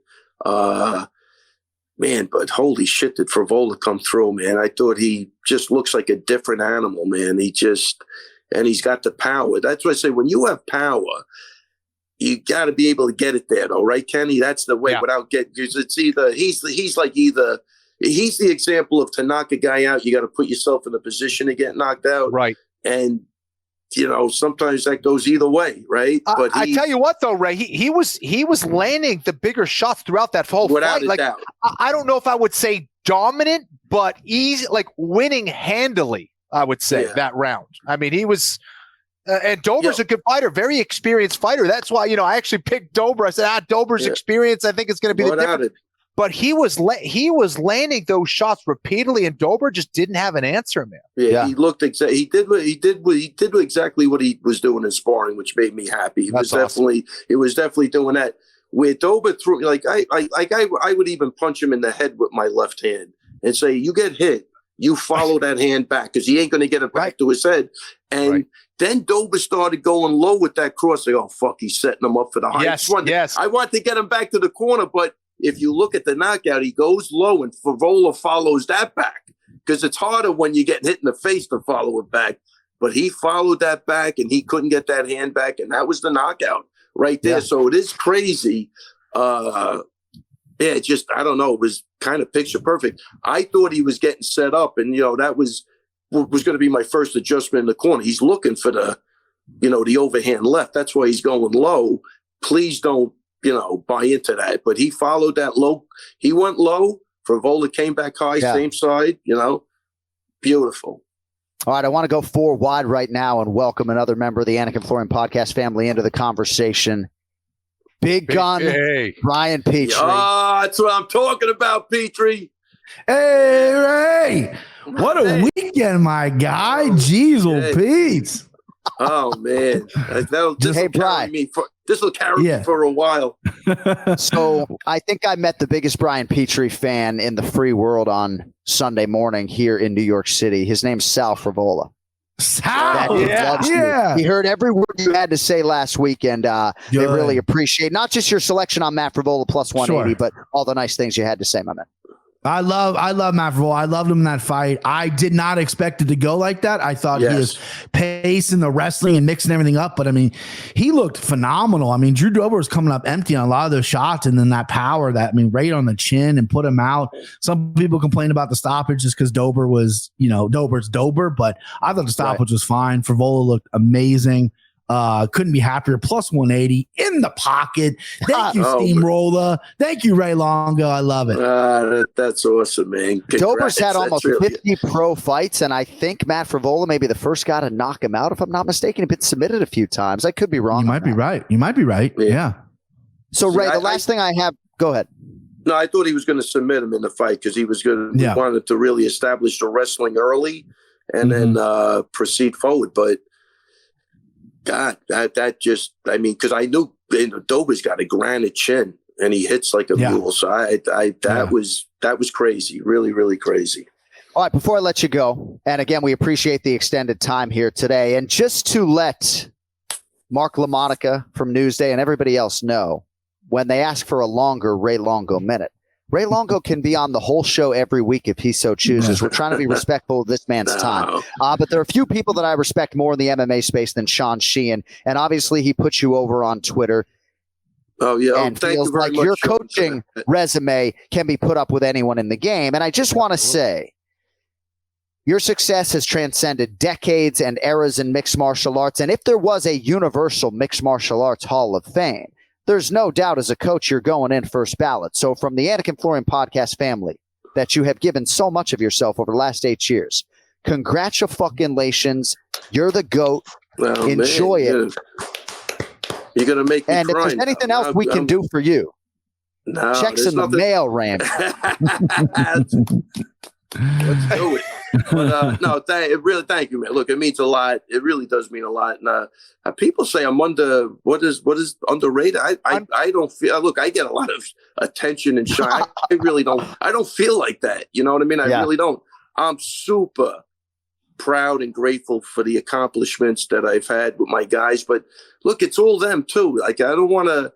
That's why I was goofing with Frivola. Like that guy, I'm taking every credit for. But then that's a joke. I like that. But everybody else, man, look, these guys got their own style. I just try to, be a conduit of information, lead them in the right direction. What I think they could either agree or disagree. But I've been, and I kind of said this at the dinner, man, I've been really blessed to work with just great people and great athletes from the Long Island area that, really made me look better. But look, I was always passionate about martial arts, and I said this to somebody. I mean, it's been really good to me. I've had a great life in martial arts. I think we said this on the last podcast. I don't know, but yeah. And I just want to see these guys have a great life in the martial arts. It's when you really have a passion, you enjoy what you're doing, and Kenny, you can attest to this. It's what you're not working. Yeah. You're really not working. You're really having fun. Now, these times are getting stressful because I want to see these guys win. And, it is getting a little, crazy, but I don't really even feel like I'm under whatever the word is. I feel like I'm right where I want to be. And thank you very much for the nice words. And Sean Sheehan, thank you very, very much. I appreciate that. But that's what I say. I appreciate all the comments. I really do. I mean, I'm grateful. Sorry, I lied. For everything. I lied. I have 2 more questions. Oh, go. Keep going, man. First question is cold brew at 6 p.m.? What are we doing here? Yeah, trying to stay up all night? I got back to the hotel. Yeah. What time did you get back to the hotel? Oh, I don't even want to tell you, man. I slept 90 minutes and then just did 5 hours of voiceover work. I'm on complete fucking fumes right now. I mean, I got back to the hotel at 3. I couldn't get to bed till 5, and then Sarah was, he wanted to leave at 9. I got to say, it was great seeing everybody, but like right about 10 minutes before he was dropping me off, I was like, you know what? This is about enough, though. This is good. I'm good. We don't even have to talk for another 2 weeks. Kenny, how'd you deal with him in London? Seriously, how'd you handle it? Barely. Barely. We were doing good, and then I'm like, I got to get the fuck out of here. I can't take it. I'm too old for this shit. All right, quick 2 questions on the way out. Number 1, to what extent do your daughters give a shit after a big weekend like that for their father? At this point, they're super into it, and they're very happy. That's cool. They get texts from their friends, what's going on, and they that's love great. It. That's cool. They're super happy. I mean, for a long time, I don't even know if they knew what I did, to be honest with you. But now, and it's only because of their friends. Like, wait, that's your dad? Are you fucking kidding me? Like, like, what are you talking about? They have no clue. They're great kids. They got great jobs. They're just super easy and good stuff. Yeah. As they get older, they appreciate it more. So maybe Kenny and I and Brian Petrie have something to look forward to. Can you imagine bringing a boyfriend home? And this is my dad, Ray Longo. All right. And my final question is. Yes. It appears as though they would like Aljamain Sterling to defend this title against Sean O'Malley August 19th at UFC 292 in Boston. Now, Aljo has expressed interest in maybe September in Las Vegas. Kenny feels like you can still take 3 weeks to enjoy some rest and relaxation and then get back into training camp. But August 19th is only about 13 weeks away. Do you believe that is too soon, or do you think that could actually happen? Man, I'd have to talk to him. I don't think he's injured. And I'm going to say look, Aljo's his own guy. He'll make that decision. But I agree with Kenny. If he wanted to do it, but look, I don't know. I don't know. It seems like I'll agree with Kenny. It seems like enough time. Take the end of May off, go crazy, maybe the first week of June or whatever, and then get back on the wagon if that's what you want. He said it in the press conference. He wants to fight off, and he doesn't get paid if he doesn't fight. So I'm going to say, based on that statement, he'll jump. That's a possibility. All right, Ray Longo Minute every week here on the Anik and Florian podcast. Congratulations, man. Thanks, man. Thank you very much for everything, guys. Great weekend, man. I'll see you during the week. Just incredible. Just I'm going to call you later. I want to tell a couple of things off air to you. I'll be in my hotel room all night, brother. Awesome, buddy. Yell at him, Ray. Yell at him. Take it. No. All funny stuff. Take it easy, Good. guys. I hope. See you, Ray. Ray Longo Minute every week here on the Anik and Florian podcast. And we try to be a humble show. Oftentimes we refer to ourselves as the little engine that could. Mm-hmm. But if I could lack humility for a second and just say, in 2015, we settled on Ray Longo as the coach on this show. And then in 2021, we decided to give Bilal Muhammad a show. And Ken Flo, I think we made some pretty good decisions, and we're happy. We're happy on this one. I could maybe take 10% of that credit. But, John, I think you're going to be a producer one day, dude. Like, you know how to identify talent. Seriously, dude. So, really, really happy for the entire Anik and Florian podcast team and channel for a big weekend. Brian Petrie is with us, Big Gun. My man, how'd it go for you this weekend, kid? Boys, your boy had a weekend. Your boy may be the best of the year so far. Wow. You know, your boy's been cold. Your boy's been really cold, but I went 10-2 on my picks overall. That's awesome. And then and hit some really big spots and got some dogs. Obviously, I rode with I did a parlay for the Anik and Florian parlay. Not our parlay, but my own parlay, Bilal, Aljo, Steamroller, because they're close to the family here. That obviously hit. That was big. Unbelievable. Yeah. I mean, I'm excited. I got chirped in the comments because, you know, your boy's been nice, right? My 5-unit plays haven't played out, right? And I got hammered about my Crone Jourdain pick, right? Right. And sometimes when I look at a sheet with no lines, with no breakdown, something just thunderstrikes me. And that fight did. I said, man, Jourdain, I just think is going to be too much on the feet, you know, and Crone doesn't have takedowns. So I obviously went heavy on that, and I just got hammered. So I did have to go back and do a little victory lap. You know, you can hammer me when I lose, but I'm going to dance a little bit. I'm going to salsa a little bit when I win. Yeah, that seemed like the duh pick of the week, man. I mean, you crushed that one. Yeah. And everyone, you pick Crone, and you've been hot, and you're Kenny Florian, so you know people listen. A lot of people, other people that I listen to, are picking Crone. I'm like, what am I missing? So now I'm second guessing myself, but you know, we roll with it and go ahead. Well, I think Jourdain has a tendency of getting reckless sometimes. Yeah. He almost becomes too entertaining. That was the most disciplined I had seen him. That's the Jourdain that I've been kind of waiting to see, to be like, okay, this kid actually wants to be like a top 5 guy. He wants to be a champion in the sport, as opposed to I want to be entertaining and have fun fights. Like he took that one seriously. He respected Crone and just dominated. I mean, crazy. That was not a good fight for Crone at all. Like, and Jourdain, you know, a lot of times people forget, you guys brought it up on the broadcast, but he takes a lot of fights on short notice, and he's only like 27. He's a young kid that's going to get better. Striking's great. Takedown defense is something that needs to be worked on, but I really wasn't worried. And then Crone's out there pulling guard and butt scooting and just, you know, walking forward and getting punched. It was like, I don't know what, that was weird, but we'll take the dub. I'll take it. Yeah, 5-unit hit for you on Charles Jourdain, and you really didn't have to sweat it at all over those 15 minutes. And I just have to tell you guys, and perhaps I could have called Kenny Florian to impart this information.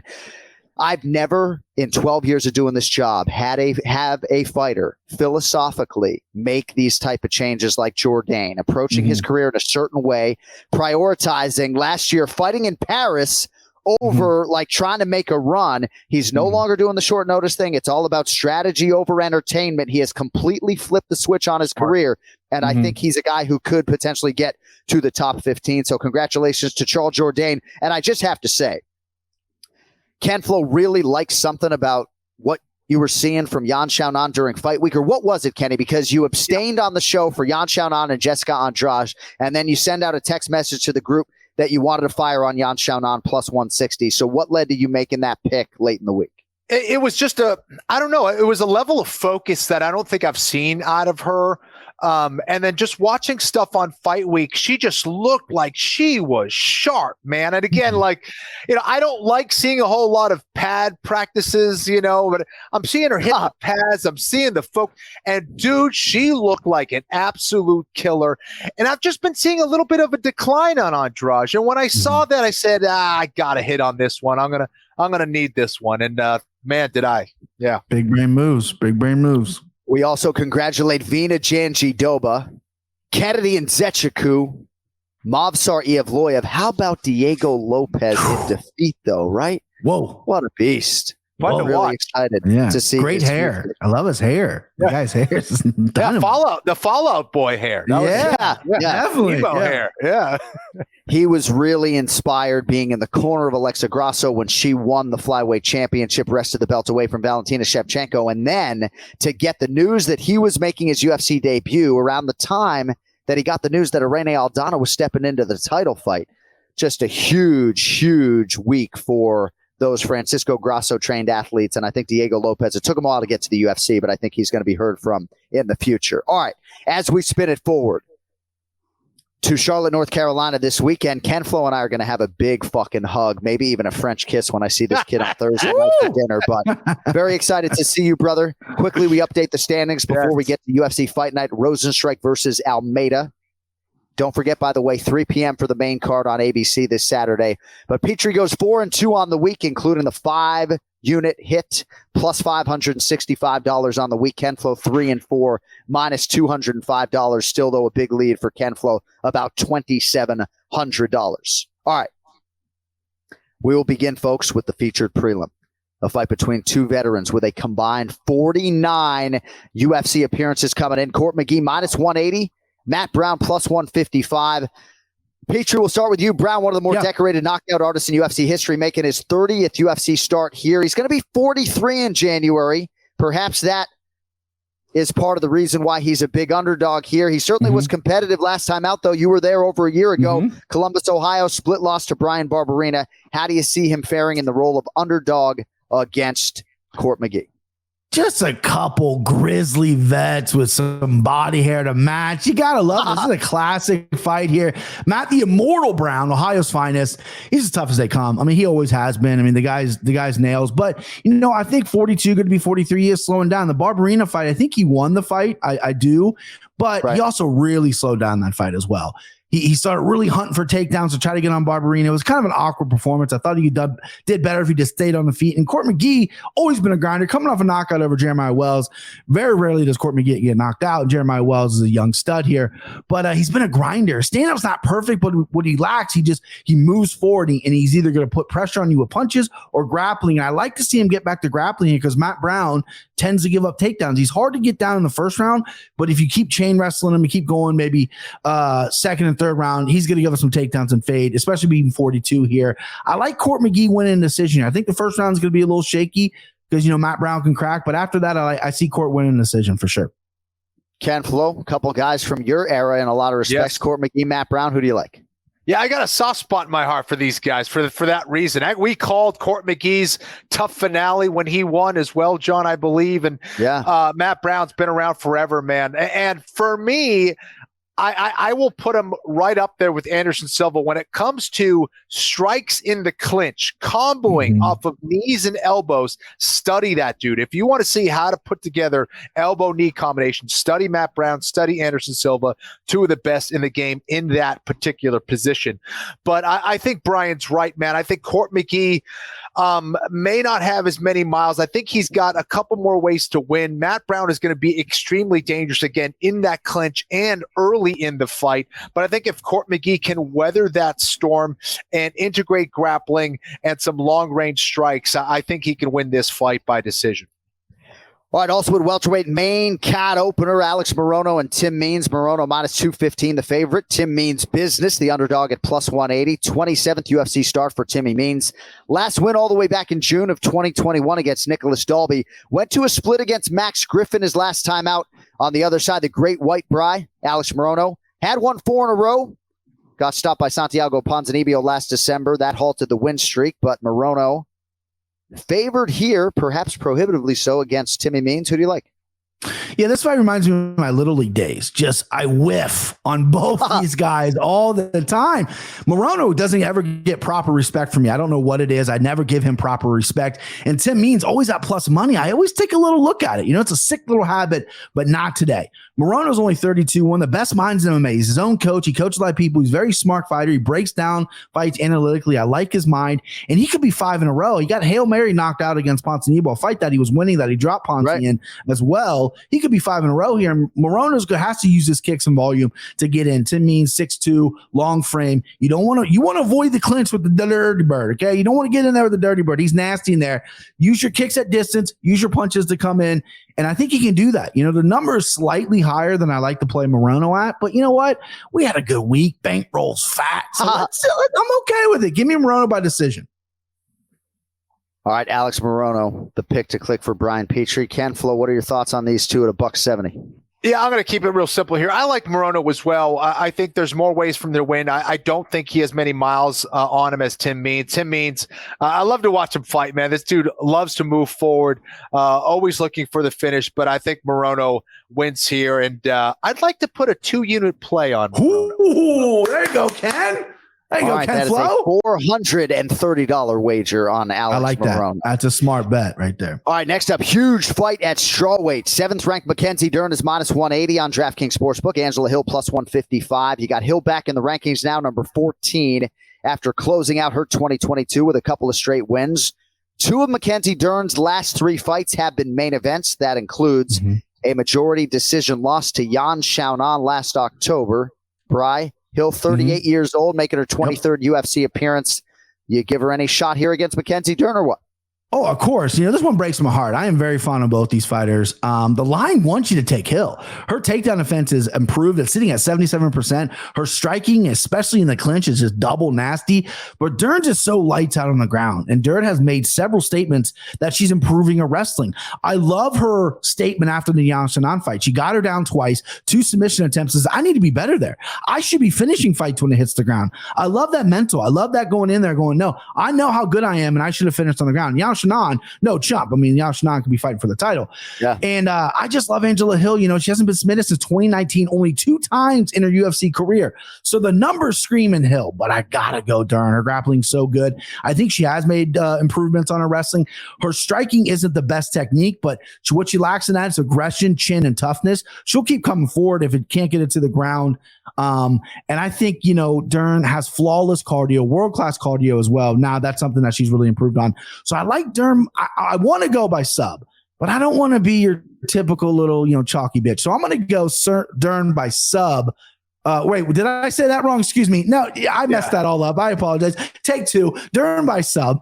I'm not going to do the whole thing. I messed it up.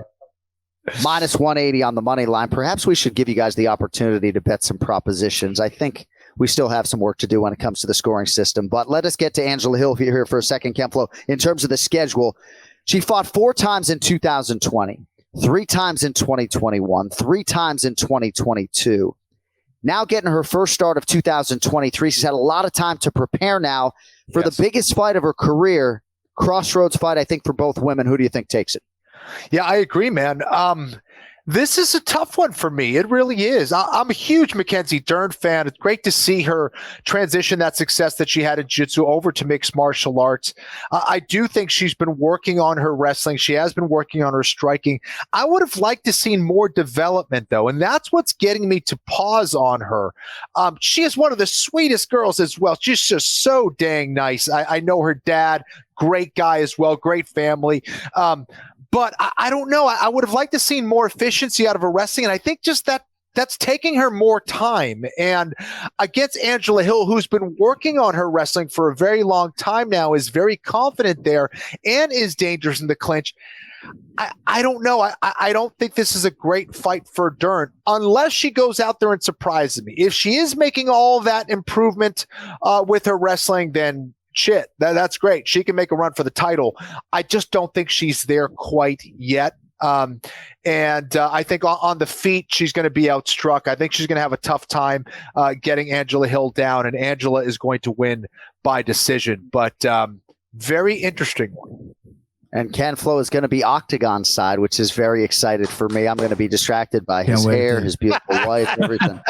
They better put the camera on him. That's all I got to say. They better put the camera on. Well, it's just so funny, right? Because my two tickets, perhaps I'm peeling back the curtain more than I should. They're not on the floor. But when Kenny Florian's sitting in my seats, those tickets are going to be on the floor, or I'm not showing up, Zach Candido. All right, big fight at welterweight here. I'm really fascinated to see how this fight plays out. I think it's the right test for both guys at this stage of their respective careers in the UFC. Ian Machado Gary, minus 240. D-Rod, Daniel Rodriguez is plus 200. So D-Rod was riding a 4-fight winning streak before being submitted by Neil Magny last November 5th. Gary's still undefeated. He's training all over the world, getting different looks, primarily, though, at Kill Cliff FC, of course, in South Florida. Gary, 4-0 in the UFC, 11-0 overall, coming off a stoppage win over Song Kanan, in which he was tested, Bri. What do you think about this one, Ian Gary, Daniel Rodriguez at $170? Hey, Vegas. Nice try. I smell a rat line from the parking lot. Vegas wants us to load up on D-Rod here, right?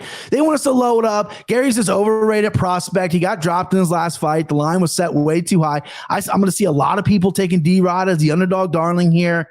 Not me. Not me. I see it. I smell the rat.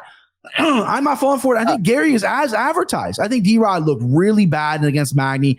Could have had an off night. That was a very weird performance. I believe Kenny and I both were on D-Rod. It was a very weird performance from him, but Gary is cocky, sure himself, and people don't respond to that right away unless you are proven. He's not proven yet, so people are like, look at this cocky Irishman coming in. But I think he is that good. I really do. I think this is a great fight, John. You nailed it. I think they're both going to stand up. I think D-Rod might initiate some takedowns. I think we're going to see a little bit of what Ian Gary can have on defense and whatnot. But I like Gary by decision. I think he's going to piece him up on the feet. I think he's too fast, too clean, too sweet. Give me Gary at minus 240. I almost extra unit it because I'm feeling myself a little bit, but I want to pull it back. I'm not going to do that. I'm going to pull it back. I'm not going to get ahead of myself. So just Gary, no extra unit. Kenny, I believe the ceiling is wicked high on both of these guys. I do believe Ian Gary has the chops to be a world champion. I'm not sure I can say that about D-Rod just yet. Gary has 2 inches in height here. No edge in reach, though. How do you see it playing out? Gary, minus 240. Ian Gary versus D-Rod.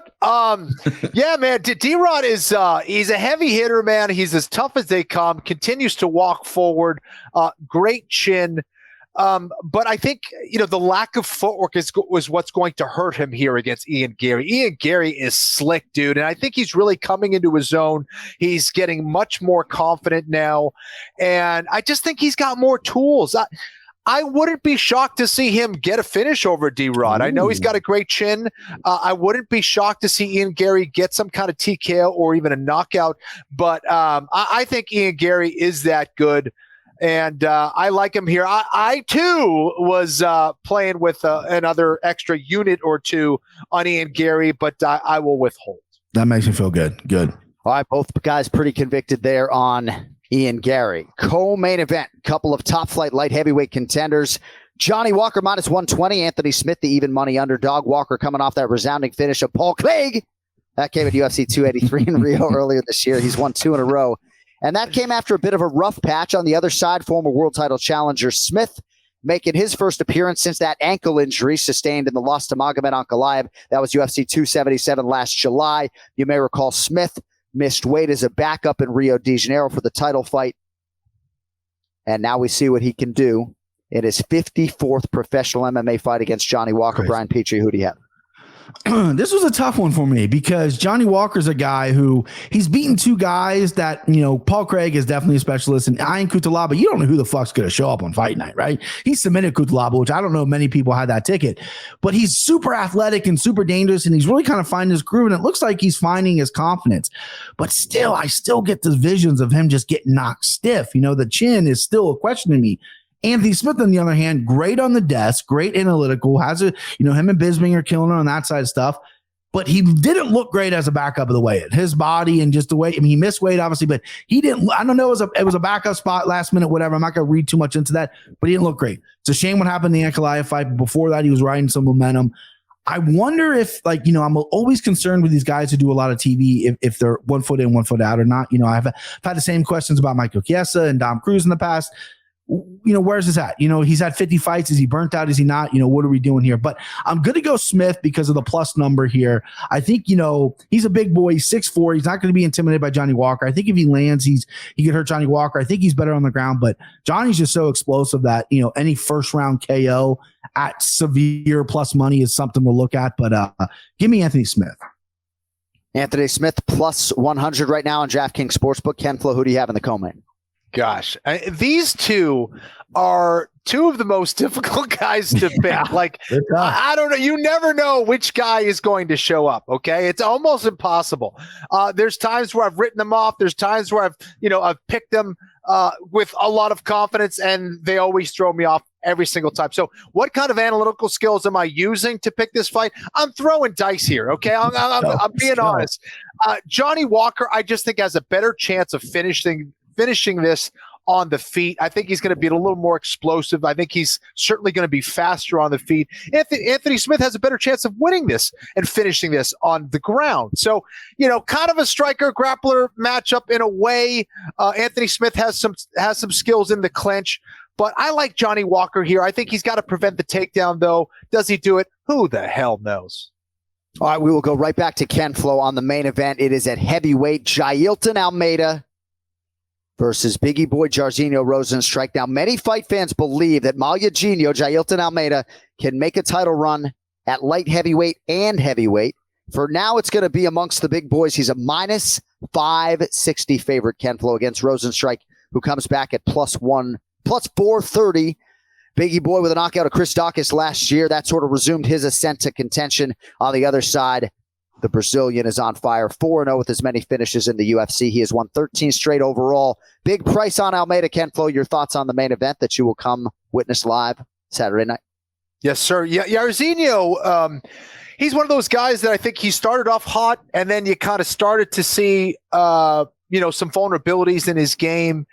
And I don't know where he's at this stage of his career. I think Jailton, I'm still looking to get more information on him and what he's all about. But from what I've seen, he is so explosive. He's a tremendous athlete. He's going to be fresher. He's going to be younger. And I think because of that, he's got a lot of things going for him. Wouldn't be surprised to see him go out there and get a first-round knockout. Now, Rozenstruik, very dangerous as well. He's capable of absolutely putting the lights out too. But I think Jailton Almeida just might be the real deal here. I like him to win this one. Minus 560 is a Probably big number, Brian Petrie. It is. What do you think? What do you think about this heavyweight main event? What type of chance you get Biggie Boy? Listen, I'm a Jailton guy. I text John Anik very rarely. I don't want to bother him, man. I text him on Fight Night after Jailton won. I believe it was against Parker Porter, and I went, holy shit. Look at these stats. His last time out, 45 strikes to 1 over Shamil. TKO'd him in the second round. 17-1 against Turkali. Choked in the first round. 18-0 against Parker Porter. 30-0 in his debut. I mean, this guy has Chimaev level stats. Like, this guy is the real deal. He did get cracked against Shamil. That one big punch right on the stand up, then he rushed the takedown. Proved that, he can take a shot at heavyweight, because that's the little thing. People are saying he's a little light in the ass. Maybe he is a 205er, but I like this kind of new version of heavyweight, high 220s, low 230s, almost like a Stipe. Right. And he's a specialist. He's athletic. He's big. He's strong. He doesn't look like he's undersized in there against these guys that are weighing 260. He's dominating on the ground. And Biggie Boy, I would like, the guy has tremendous power, and I would like him a lot more in this fight if he threw more. He's very patient. He's very willing, and he's not all that explosive and quick muscle. He kind of sets everything up. If he touches you, lights out. But I don't think, look at the stats. I don't think he's touching Almeida. I like Almeida here first round. That's what I'm going to hammer. Don't know if I'm going to go TKO or submission, but I think Almeida is going to walk through him and look dominant here. And I'm high as I can be on this kid. All right, 84% of the bets right now on DraftKings Sportsbook have been on Jairzinho Rozenstruik, but that doesn't speak to the handle, right? A lot of people maybe see that big number, but that doesn't speak to the handle. We'll see how it goes down this Saturday. Main card, 3 p.m. Eastern on ABC. For more from Brian Petrie, find him on social media at Brian Petrie MMA. He also does the MMA Takes podcast. Appreciate the extended time, my man. Congrats on a big week, and we'll talk to you next week. Talk to you next week. I'll see you. Congratulations to the Anik and Florian podcast and Ray Longo. We're doing big. We make stars over here, guys. Okay, we're doing things. See you, boys. There he is, Brian Petrie, with us every week for the Main Event Challenge. And the latest star that we're building actually is one Brian Petrie. I quickly wanted to say in closing, my son Hunter had his name on the octagon hand painted as part of a UFC Collectibles promo that they did. And it got me a little bit emotional because my son has had a lot of issues. He's almost 5. He's been at a pediatric feeding institute for much of his life. He really doesn't eat a whole lot. And so he's home right now with double ear infections, strep throat, and a big fever. And he can't take antibiotics orally. So this kid is going to the doctor every day to get these baby antibiotic shots in his legs that they give to babies, right? And they give them to babies because babies don't walk. But my son is almost 5. So he's getting these baby shots in his legs, bro. And he can barely fucking walk. So my wife's dealing with all that at home, and then I see my son's name on the goddamn canvas. I'm trying to hold it all together. It almost brought me to tears. But thanks to UFC Collectibles for that very nice offering for my baby boy. All right, that's going to do it for this week. Thanks to everyone for supporting the show. Really appreciate it. Obviously, a big week for us. Video form, of course, on the DraftKings YouTube channel. Clips on the Anik and Florian podcast channel. You can also see Remember the Show with Jason Anik and Bilal Muhammad live this Thursday over on the AF channel. We're back with you next week. We'll see how it went in Charlotte and look ahead to the next UFC Fight Night on May 20th that, at least right now, I don't believe has a main event because Raquel Pennington and Irene Aldana were pulled. Pennington will back up Aldana and Amanda Nunes in Vancouver. Thanks to our guests, Brian Petrie, Ray Longo. Our producer is Cody Merrow. AnikFlorianPodcast.com for the merchandise, KennyFlorianMartialArts.com, and Millions.co for the One More Sleep merchandise as well. We're out of here for this week. For Kenny Florian, I'm John Anik. Until next week, health is wealth. Be safe. Don't text and drive. And to the Bilal Muhammad haters, my condolences. Have a great week.